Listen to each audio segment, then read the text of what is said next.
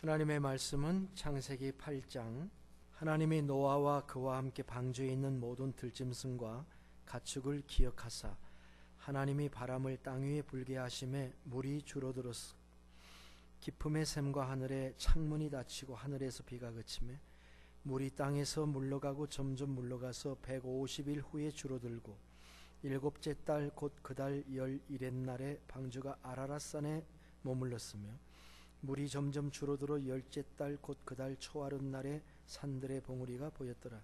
40일을 지나서 노아가 그 방주에 낸 창문을 열고 까마귀를 내놓음에 까마귀가 물이 땅에서 마르기까지 날아 왕래하였더라. 그가 또 비둘기를 내놓아 지면에서 물이 줄었는지를 알고자 하며 온 지면에 물이 있으므로 비둘기가 발붙일 곳을 찾지 못하고 방주로 돌아와 그에게로 오는지라. 그가 손을 내밀어 방주 안 자기에게로 받아들이고 또 7일을 기다려 다시 비둘기를 방주에서 내놓음에 저녁 때에 비둘기가 그에게로 돌아왔는데 그 입에 감람나무 새 잎사귀가 있는지라. 이에 노아가 땅이 물이 줄어드는 줄을 알았으며 또 7일을 기다려 비둘기를 내놓음에 다시는 그에게로 돌아오지 아니하였더라. 601년 첫째 달 곧 그 달 초하룻날에 땅 위에서 물이 거친지라. 노아가 방주 뚜껑을 지치고 본즉 지면에 물이 거쳤더니 둘째 달 21의 날에 땅이 말랐더라. 하나님이 노아에게 말씀하여 이르시되 너는 내 아내와 내 아들들과 내 며느리들과 함께 방주에서 나오고 너와 함께 온 모든 혈육 있는 생물 곧 새와 가축과 땅에 기는 모든 것을 다 이끌어내라. 이것들이 땅에서 생육하고 땅에서 번성하리라 하시며 노아가 그 아들들과 그의 아내와 그 며느리들과 함께 나왔고 땅 위의 동물 곧 모든 짐승과 모든 기는 것과 모든 새와 그 종류대로 방주에서 나왔더라.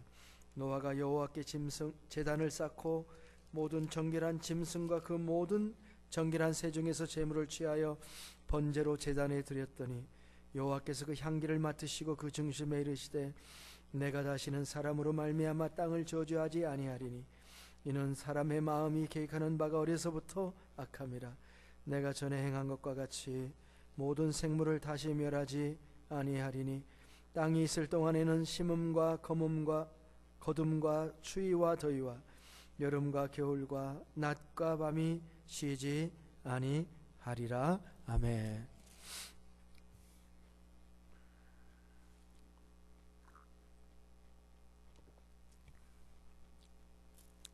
노아 홍수 사건은 신구약 성경에 굉장히 중요한 사건입니다. 첫 번째 시간에도 말씀드렸지만 선지자들도 이것을 믿었고 예수님의 말씀에도 나오고 그리고 신약 성경 기록자들도 믿었던 역사적 사건입니다. 그리고 한 지역에서만 일어난 게 아니라 부분 홍수가 아니라 지구 전체적으로 일어난 격변적 사건이었습니다. 이것은 인류 심판이라고 하는 전체 주제를 우리에게 보여줍니다. 교훈적 사건으로 보여주는데 성경은 그렇게 얘기하죠. 이제는 물로 멸망하지 않고 앞으로는 불로 세상을 심판하겠다는 말씀이 있는데 그런다 할지라도 심판자이신 하나님의 스케일이 어떤 정도인가 하는 것을 이 사건에서 우리가 보게 되기 때문에 매우 중요한 주목해야 될 사건이라고 생각하는 겁니다. 미래의 최후의 심판을 맞이할 이 말세를 사는 성도들에게 경고가 되는 사건이란 말입니다. 따라서 노아 홍수 사건을 우리는 그저 지나가는 이야기로 들을 게 아니라 경종을 울리는 소중한 말씀으로 우리가 받아들여야 할 것입니다. 오늘은 노아 홍수에 대한 마지막 시간인데요. 방주를 짓는 시간이 걸렸죠. 준비하는 시간. 그 다음에 방주에 타 있는 승선, 그 다음에 하선. 이게 일반적인 순서이죠. 오늘 말씀은 이 세 가지를 이렇게 계산해 볼 수 있는 그런 분명한 숫자와 날짜들을 말해주고 있다는 게 참 놀랍습니다. 구약 성경의 모든 기록이 그렇듯이 성경의 이 모든 내용들이 그저 교훈적이고 우화적인 면만 있다고 할 수 없을 정도로 디테일이 있어요. 성경에. 디테일이 있다는 이 사실을 우리는 참 놀랍게 봐야 됩니다. 오늘은 이것을 살펴보고 하나님이 주시는 은혜를 함께 나누고자 합니다. 자, 오늘의 말씀은 하나님께서 기억하셨다라고 하는 말로 시작을 합니다. 1절에 보면은 하나님이, 우리는 한국말은 동사가 제일 마지막에 나오는데 히브리어도 동사가 제일 앞에 나옵니다. 하나님이 노아와 그와 함께 있는 방주에 있는 모든 들짐승과 가축들을 기억하사, 이렇게 얘기를 하고 있습니다. 이 기억하사라는 단어는 원래 색이다라고 하는 단어에서 유래합니다. 어느 날 갑자기 떠오른 게 아니고 마음에 뚜렷이 새겨서 항상 마음속에 간직하고 있었다라고 하는 것을 의미합니다. 그래서 이 단어는 하나님께서 홍수가 계속되는 동안에도 노아의 가족과 방주에 있는 모든 것들을 마음에 새겨놓은 것처럼 한시도 잊지 않고 늘 생각하며 지켜주셨다는 말이에요. 생각이 있으신 하나님이에요. 할렐루야. 생각하며 기억하시는 하나님을 우리는 믿습니다. 창세기 7장에 우리가 오늘 8장인데요. 마지막 절이 어떻게 끝났냐면 물이 150일을 땅에 넘쳤더라, 이렇게 기록했죠. 150일이면은 대략 몇 달인가요?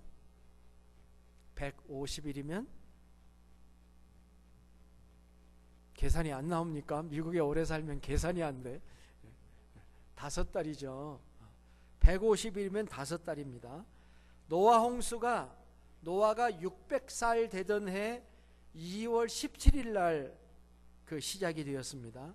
그러니까 5달이 되면은 2월 17일부터 5달이면 7월 17일이죠.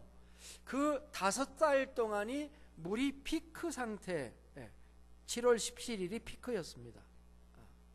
그리고 이 7월 17일에 오늘 말씀을 보면은 4절에 보면은 방주가 아라랏산에 머무르게 됩니다. 배가 5달 동안 떠다니다가 7월 17일 날 방주가 한 곳에 머무르게 되었다, 그렇게 얘기를 하는 것입니다. 이제부터는 하나님께서 상황을 마무리하기 시작하시는 겁니다. 하나님께서 어떻게 이 상황을 마무리하시냐면 3가지 일을 하셔요. 첫째는 뭐냐면은 하늘에서 비가 내리는 것을 그치십니다. 둘째는 뭘 하냐면 땅에서 물이 올라오는 것을 멈추게 하십니다. 그 다음에 3번째는 바람을 불러일으키십니다. 그러면 이제 물이 드라이하겠죠. 이 3가지가 동반작용을 해서 이 세상에 충만했던 물이 줄어들기 시작하는 것입니다. 그리고 이 모든 것은 하나님이 행하신 일이라고 기록을 합니다. 하나님이 생각하시고 이제는 됐다, 하나님이 기억하시고 이제는 뭔가 행동을 해야 되겠다, 우연히 된 게 아니라는 거예요. 모든 일은 하나님의 손에서 진행이 됩니다. 여러분 믿습니까? 이 땅의 모든 일은 하나님의 손 안에서 진행이 되는 것을 우리는 믿습니다.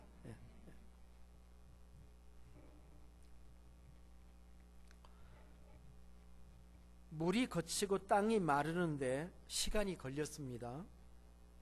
노아, 이제 다시 합니다. 노아 600세가 되었을 때 몇 월 며칠 날 홍수가 시작했어요?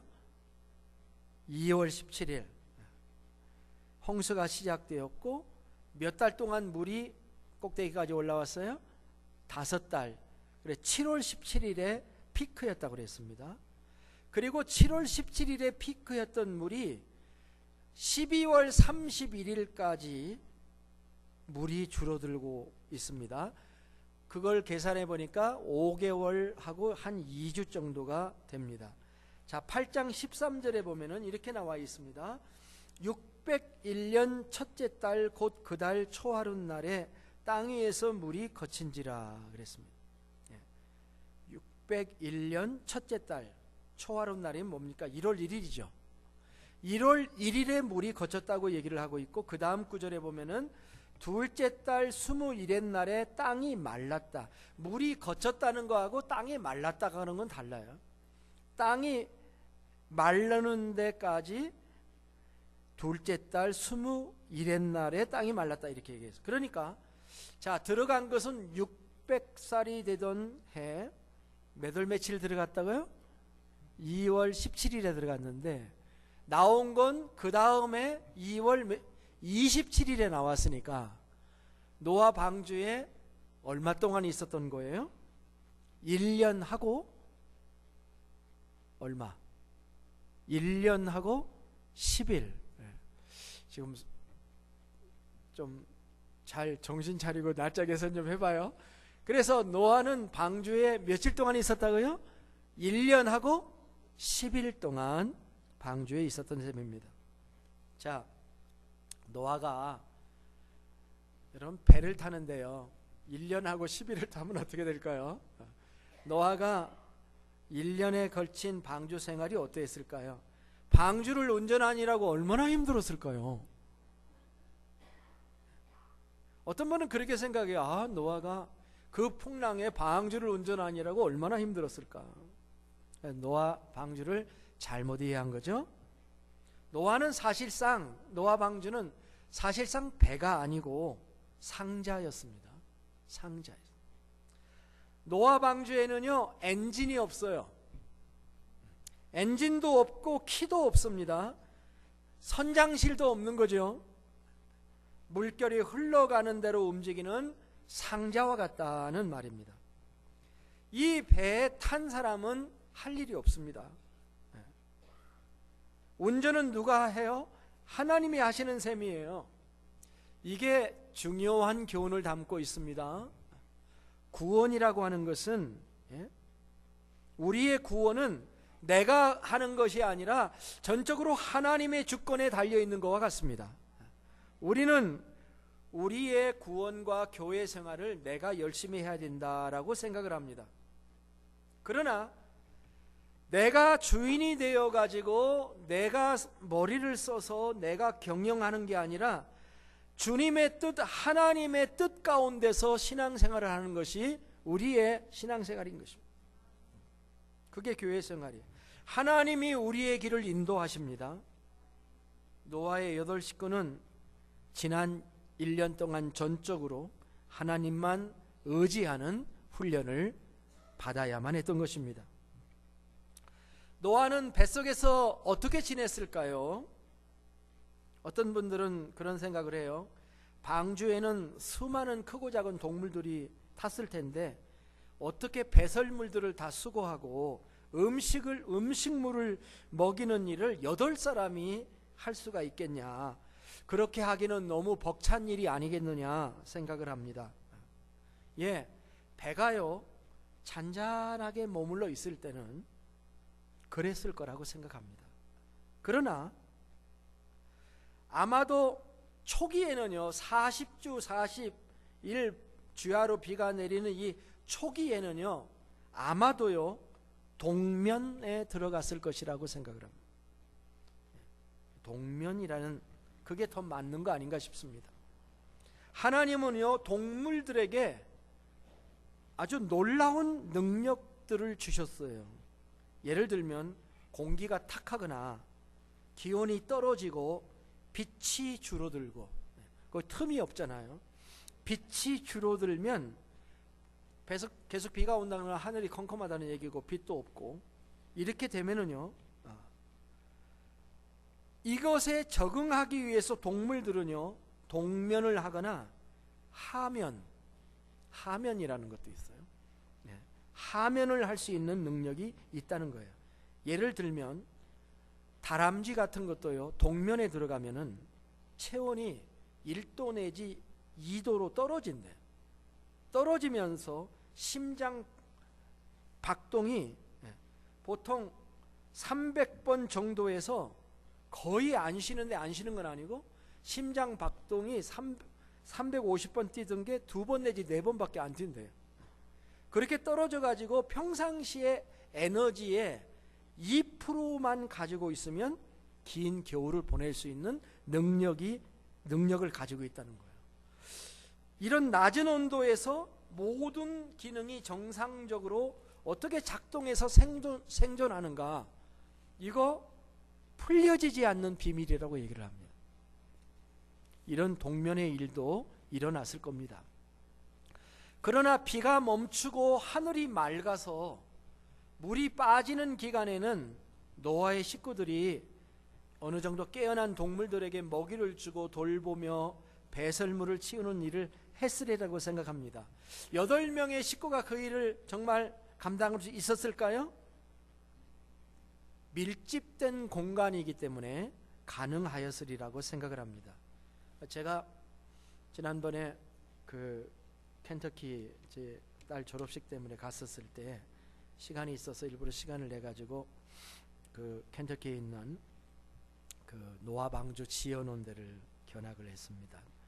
들어가 엄청나게 커요. 근데 거기서 발견한 것은 그 어떤 호텔 들어가면은 가운데는 뚱 뚫려 있고 주변으로 이렇게 룸이 있는 데가 있잖아요. 그런 식으로 노아 방주 3층의 가운데를 뚫어 놨더라고요. 그래서 한 가운데에서 빛이 이렇게 밑에까지 쫙 비치도록 그렇게 만들어 놨. 공기 정화와 함께 배설물을 아래로 처리할 수 있는 시스템을 만들어 놨더라고요. 네, 여러분 그 어떤 집들을 가보면은 2층에서 그 빨래하는 빨랫감을 저 아래층이나 지하실에서 빨지 않고 어떤 통이 있어서 이렇게 집어넣으면 아래층까지 내려가는 거 있잖아요. 마치 그렇게 하듯이 배설물들을 그렇게 처리하도록 시스템을 만들어 놨다는 거죠. 또한 거기서 본 게 뭐냐면은 간이 채소 농사를 지을 수 있는 채소밭도 만들어 놨어요. 나무, 왜 우리 집에서 뭐 고추 같은 거 심을 때 이렇게 나무로 판자 짜서 박스 만들어 거기다 흙 담아 가지고 거기다 심어서 결실하는 것처럼 그런 공간도 마련되어 있는 것을 보았습니다. 가능한 일이라는 거죠. 그런 생각이 들었어요. 방주를 지을 수 있는 지혜를 주신 하나님이신데요, 관리를 할 수 있는 지혜도 하나님이 주셨으리라고 저는 생각합니다. 그래서 1년을 그렇게 지내게 된 거죠. 그리고 때가 되자 하나님께서 하선을 명하셨습니다. 노아 방주를 기록한 창세기의 관점에서 매우 특이한 것은 입선을 명령하시는 분이 하나님이실 뿐만 아니라 들어가라 이렇게 명령하셨을 뿐만 아니라 문을 닫아 넣으신 것도 하나님이다, 이렇게 기록이 되어 있어요. 7장 14절부터 16절을 한번 보세요. 7장 14절 16절. 그들과 모든 짐승들이 그 종류대로, 모든 가축이 그 종류대로, 땅에 기는 모든 것이 그 종류대로, 모든 새가 그 종류대로, 무릇 생명의 기운이 있는 육체가 둘씩 노아에게 나아가 방주로 들어갔으니 들어간 것들은 모든 것의 암수라. 하나님이 그에게 명령하신 대로 들어가매. 그 다음 구절이에요. 같이 읽어볼까요? 여호와께서 그를 들여보내시고 문을 닫으시니라. 하나님이 문을 닫으셔요. 이것이 하나님의 주도권, 하나님의 주권을 우리에게 말씀하시는 표현입니다. 하나님은 항상 모든 일에 주도권을 가지고 때를 정하셔요. 만일 하나님이 문을 닫으시는 하나님이라면 문을 여시는 분도 하나님이시라는 것은 자명한 사실이죠. 사도 요한은 요한계시록 3장 7절로부터 8절에서 이렇게 얘기했습니다. 빌라델피아 교회의 사자에게 편지하라. 거룩하고 진실하사 다윗의 열쇠를 가지시니 곧 열면 닫을 사람이 없고 닫으면 열 사람이 없는 그가 이르시되 볼지어다 내가 내 앞에 열린 문을 두었으니 능히 닫을 사람이 없으리라. 그렇게 말씀. 하나님이 열면 닫을 사람이 없고 닫으면 열 사람이 없는,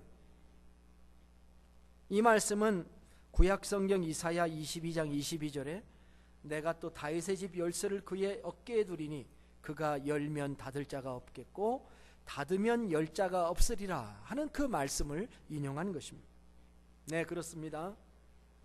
성선을 명하시는 분이 하선도 명하실 것입니다. 시간이 1년 정도나 되었으니까 노아의 가족들은 얼마나 육지로 나가고 싶어 했을까요? 저는 이 부분을 읽으면서 노아가 막 까마귀도 보냈다가 비둘기도 보냈다가 막 시간차로 이것을 반복하는 행동에서 지상에 나가기를 원하는 그의 마음을 읽을 수 있습니다. 그것은 하나님한테 마치 이렇게 얘기하는 것 같았어요. 하나님 빨리 나가고 싶어요 라고 말하는 것처럼, 그렇게 행동으로 말하는 것처럼 보였습니다. 그런데 8장 13절 14절은 이렇게 말합니다. 601년 첫째 달 곧 그 달 초하룻 날에 땅 위에서 물이 거친지라 노아가 방주 뚜껑을 제치고 본즉 지면에서 물이 거쳤더니 둘째 달 21의 날에 땅이 말랐더라. 자, 1월 1일에 뚜껑을 열었어요. 그렇죠? 그러면 나가고 싶죠. 1월 1일에 뚜껑을 열었는데 실제로 나온 날은 며칠이에요? 2월 17일이에요. 물이 거친 후에도 무려 57일, 거의 2달이나 하나님은 나오라고 하지 않으셔요. 저는 노아가 얼마나 답답했을까 하는 그런 생각을 하게 되었습니다. 그러나 노아는 기다립니다. 노아가 인내심이 있어요. 하나님이 말씀하실 때까지, 하나님이 움직이실 때까지 우리는 기다려야 됩니다. 하나님은요, 서두르지 않으셔요. 땅이 완전하게 마를 때까지 기다리다가 나오게 하십니다. 때로는 하나님이 이렇게 일을 하시더라고요. 하나님이 원하시면 기적적으로 드라이 시킬 수 있을까요, 없을까요? 있죠. 하나님 그렇게 하지 않으셔. 기적적으로 날짜를 당길 수 있는 하나님이시지만은 하나님은 대부분의 경우 기적보다는 순리인 이 자연의 법칙을 통해서 그냥 일하시는 거예요. 저는 이런 생각을 했어요. 나 같았으면은 날짜를 맞췄을 것이다. 어떻게 맞췄을까요? 노아가 들어간 날에 나오게 하자. 2월 17일에 들어갔으니까 딱 1주년 만에 나오게 하면 얼마나 멋있는가. 그런데 하나님은 그렇게 하지 않으셨습니다. 서두르지 않으십니다. 완전히 마르기를 기다리시는 하나님이에요. 하나님은 자기 백성과 동물들의 안전을 지키시는 하나님. 저는 이런 서두르지 않으시는 하나님이 참 놀랍고 좋습니다. 그런 형식주의를 뛰어넘습니다. 우리는 이렇게 딱딱 맞춰야 직성이 풀리는 기질이 있어요. 그런데 하나님 그런 것 아주 사뿐 넘어버리시는 자유로우신 하나님이시구나. 그리고 때가 되자 하나님이 말씀하십니다. 16, 17절에 너는 내 아내와 내 아들들과 내 며느리들과 함께 방주에서 나오고 너와 함께한 모든 혈육 있는 생물 곧 새와 가축과 땅에 기는 모든 것을 다 이끌어내라. 이것들이 땅에서 생육하고 땅에서 번성하리라. 할렐루야, 드디어 배에서 나오게 되었습니다. 우리 박수라도 해야 되는 거 아니에요?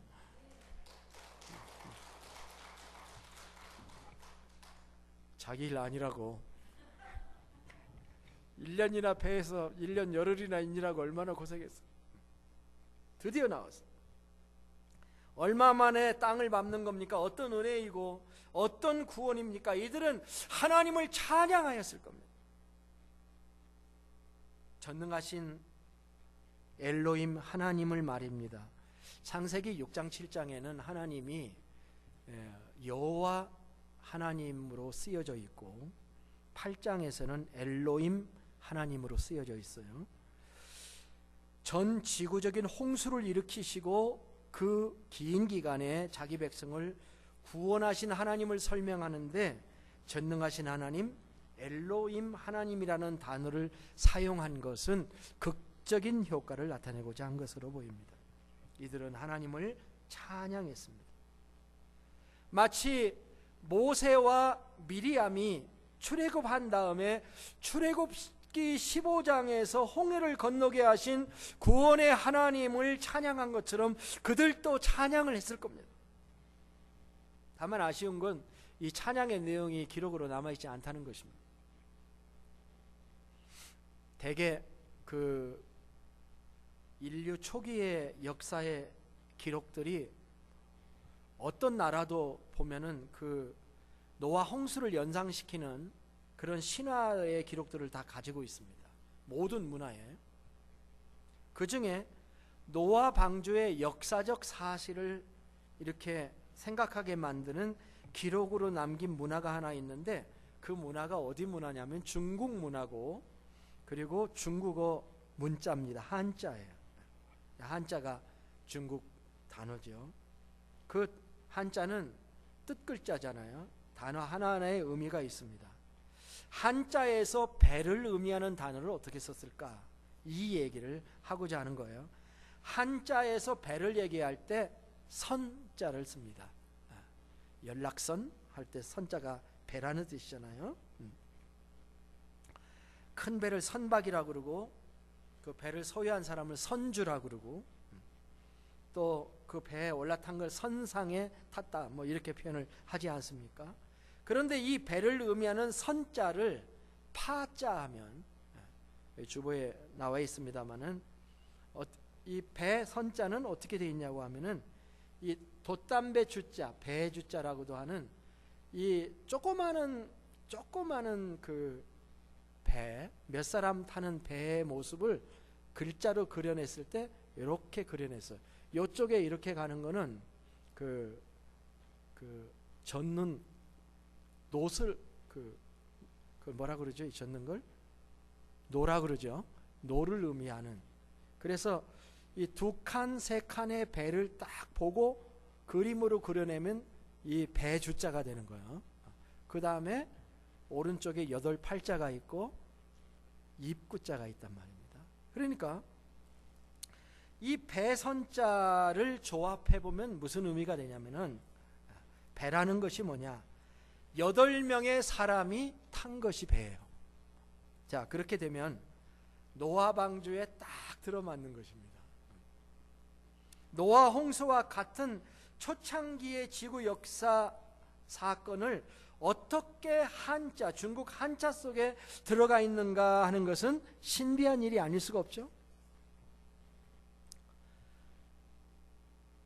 비록 노아 가정에 다시 예배로 돌아가서 이 감격스러운 경험을 한 것을 찬양시의 형태로 남겨지지 않은 것이 유감이지만 이들이 방주에서 나온 후에 하나님께 예배드렸다는 사실을 기록하고 있죠. 그리고 그들은 정말 감사의 예배를 드렸다는 것을 우리가 알 수가 있습니다. 구원의 은혜를 감사하며 예배로 드린 것입니다. 비록 그들이 물고기 속에 있다가 나온 요나처럼 장문을 써놓지는 않았지만 그들은 분명히 거듭난 삶을 감사하며 예배하게 되었을 겁니다. 첫 번째 이들이 행한 것을 보면은 이들은 하나님 앞에 제단을 쌓고 번제물을 드립니다. 20절입니다. 노아가 여호와께 제단을 쌓고 모든 정결한 짐승과 모든 정결한 새 중에서 제물을 취하여 번제로 드렸더니 그렇게 이것은 그들 스스로 구원받은 은혜에 감격해서 드린 예배이죠. 예배를 드려라 그렇게는 하나님이 말씀하지 않으셨어요. 이들이 드렸습니다. 그리고 자기에게 맡겨주셨던 짐승 중에서 구별하여 드렸습니다. 정결한 짐승과 정결한 새 중에서 드렸다 이렇게. 자기가 이름을 지어주었던 것인데 지난 1년 동안 자신이 돌보았던 것들입니다. 자기의 소유가 되었던 것 중에서 떼어서 하나님께 드렸습니다. 사실 우리가 하나님께 드리는 것 중에 하나님께서 주시지 않은 것은 하나도 없습니다. 맞죠? 그러나 그것을 구별하여 드릴 줄 아는 것이 믿음에 속한 사람들의 일입니다. 노아의 8 식구는 경건하게 예배를 드립니다. 주님께 제물이 된다고 하는 것은 축복입니다. 만일 그렇지 아니하였어도 그들은 홍수에서 살아남지 못하였을 것입니다. 그러나 홍수에서 살아남고 하나님께 번제를 드릴 수 있다는 사실은 기쁨이고 은혜이죠. 제가 생각을 해볼 때 이렇습니다. 바다에서 멀지 않는 것, 바다가 보이는 곳, 그리고 방금 내린 방주가 옆에 있는 바로 그곳에서 하나님께 예배를 드렸습니다. 감격의 눈물을 흘렸을 것입니다. 방주를 지을 때는 얼마나 어려웠었느냐, 힘들었었느냐. 그런데 그것이 구원의 방법이었다라고 하는 사실을 감사하게 되었을 겁니다. 이들의 예배에는 진정성이 있었습니다. 예배의 진정성, 이야말로 하나님을 기쁘게 시게 하는 것입니다. 21절에 보니까 여호와께서 그 향기를 받으시고 라고 기억을 하고 있습니다. 모든 드림에는 향기가 있어요. 다른 말로 냄새가 있다는 것입니다. 향기가 냄새죠. 스멜. 사람마다 냄새가 있습니다. 제 딸이 저한테 지금도 이렇게 화상통화를 보면 뭐라고 하냐면, 안 봐도 냄새가 난대요, 저보고. 머리는 그게 뭐냐, 비린내가 난다고, 명태 비린내가 난다고, 경태, 명태. 또 요새는 또 하나가 더 붙어서 뭐라면 늙은 사람 냄새가 나네. 잘 안 씻는다고 잔소리라. 하나님이 맡으시는 냄새는 이런 냄새가 아닙니다. 아마도 하나님이 맡으시는 냄새는 진정성의 냄새예요. 진정성의 냄새. 우리가 하나님께 예배할 때 하나님은 그가 얼마나 진정으로 드리는 것인지, 그 예배가 얼마나 삶의 진실성을 담고 있는지, 얼마나 하나님을 사모하고 바라고 있는지 냄새가 나는 거예요. 짐승을 태운다는 것은 소중한 것을 태우는 거죠. 희생과 헌신의 냄새입니다. 이런 냄새가 나는 예배가 참 예배입니다. 하나님을 얼마나 존귀하게 여기는지, 하나님께 진정으로 감사와 찬양과 경배를 드리는지, 하나님을 예배하기 위해서 어떤 희생과 헌신을 하고 있는지, 아니면 얼마나 안일하게 습관적으로 마지못해서 드리는지, 순종하면서 드리는지, 아니면 그저 마당만 밟으면서 드리는지, 하나님은 냄새를 너무 잘 맡으죠. 세상은 하나님을 알고 느끼면서도 하나님을 영화롭게 아니하며 감사치도 아니하고 오히려 그 생각이 허망하여 져서 미련한 마음이 어두워지지만, 우리 구원받은 사람들은 예배를 드리는 최고의 예배를 하나님께 드리는, 예배를 하나님께 드리는 최고의 영광으로 생각하여 드리는 자들입니다. 다른 어떤 즐거운 일이나 쾌락과 영광보다도 우리는 하나님께 드리는 우리의 예배를 소중하게 여겨야 하는 것입니다. 노아 가정의 8 식구의 예배를 받으신 하나님은 속으로 몇 가지 작정을 하셔요. 겉으로 말씀하신 게 아니라 보면은 중심으로 그랬거든요. 그러니까 이게 밖으로 나온 게 아니에요. 예배자에게 주시는 선물이었어요. 첫째는 내가 다시는 사람으로 말미암아 땅을 저주하지 아니하리라고 하나님이 작정하십니다.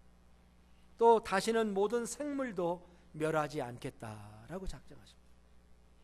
그리고 인간에 대해서는 약간 유보적인 말씀을 하십니다. 멸하지 않는다는 말씀을 하지는 않으시는 대신 사람의 계획하는 바가 항상 어려서부터 악하다라고 하는 말씀을 하십니다. 물론 이것은 하나님께서 인간을 포기하신다는 말씀은 아닙니다. 하나님은 인간을 구원하기 위해서 계속 무언가 대책을 세워나가시는 것을 우리는 보게 될 것입니다. 이것이 하나님의 은혜인 것입니다. 그리고 하나님이 정하신 거 하나가 있습니다. 그게 뭐냐면 땅과 생물들을 위해서 하나의 순환 주기를 정하십니다. 계절을 만드신 거예요. 22절입니다. 땅이 있을 동안에는 심음과 거둠과 추위와 더위와 여름과 겨울과 낮과 밤이 쉬지 아니하리니.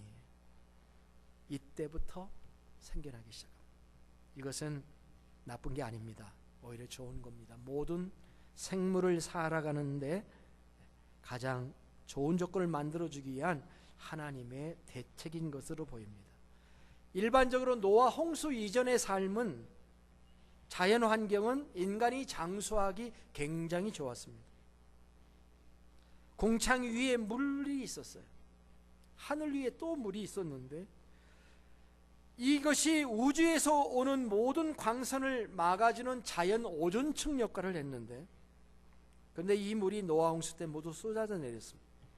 하나님께서 그래서 주기를 만드셔서 봄, 여름, 가을, 겨울을 생겨나게 만드시고 땅과 모든 생명의 유지와 보존을 위해 하나님께서 무언가 시스템을 바꿔놓으신 거죠.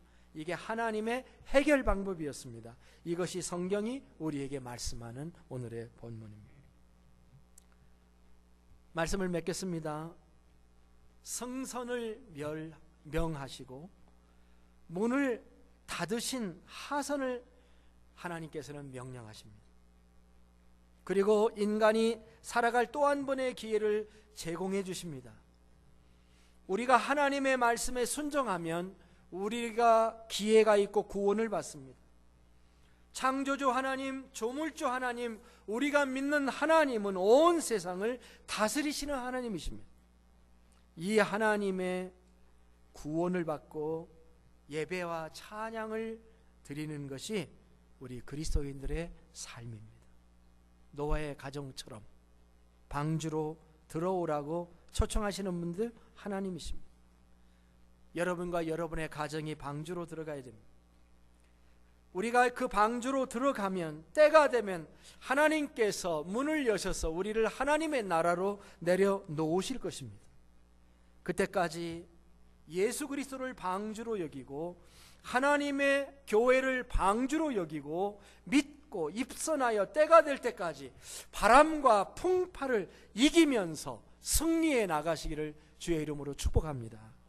하나님이 도와주실 것입니다. 기도하겠습니다.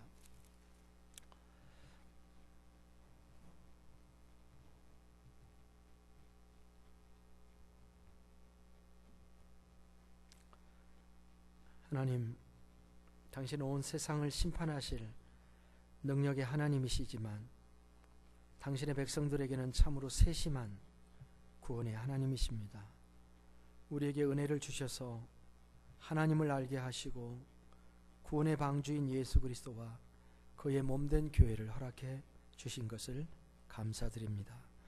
우리에게 이 교회의 소중함을 감사 감격하게 하시고 겸손히 봉사하고 예배하다가 하나님이 마련해 주시는 새로운 땅에 들어가게 하여 주시옵소서. 존귀하신 예수님의 이름으로 기도드립니다. 아멘. 아멘. 다 같이 일어나셔서 찬송가 382장 부르시겠습니다.